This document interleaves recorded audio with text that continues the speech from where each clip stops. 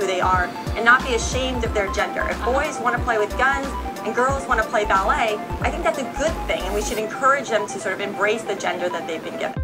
Look, you can give a boy a doll, doesn't mean he's going to play with it.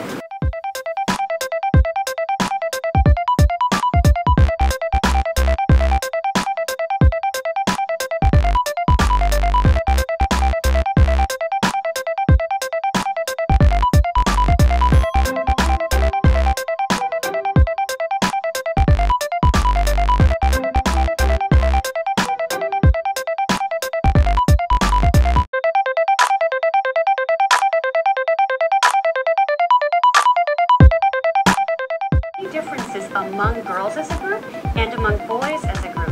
And so it's important to recognize that, yes, some girls love playing princess and that's terrific, but some girls want the chemistry set and they shouldn't feel like it's just for boys.